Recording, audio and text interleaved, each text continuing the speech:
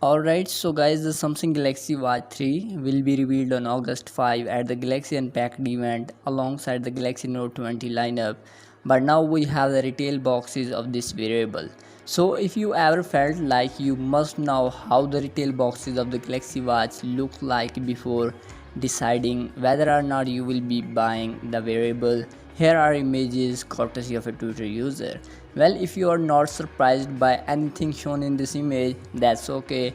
I'm also not surprised either. Anyway, there will be two versions of the Galaxy Watch 3, a 41mm and a 45mm variant. As you guys can see, the watch has a physical rotating bezel just like its predecessor, the Galaxy Watch. However, the bezel is thinner compared to the original watch. Samsung has been able to cram in bigger screens in relatively smaller cases. By the way, both versions will be IP68 rated and will come with 1GB of RAM and 8GB of onboard storage.